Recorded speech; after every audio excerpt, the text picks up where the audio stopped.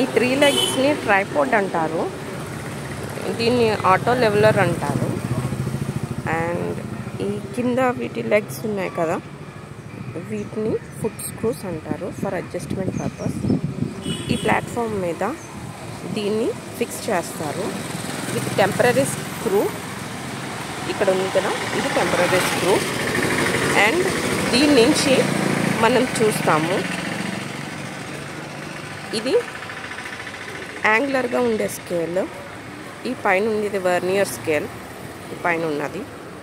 And ఇది ఒక డిస్టెన్స్లో మనం లెవెల్ చెక్ చేయడానికి ఇది యూజ్ చేస్తాం. దీన్ని స్టాఫ్ అంటారు. ఓకే.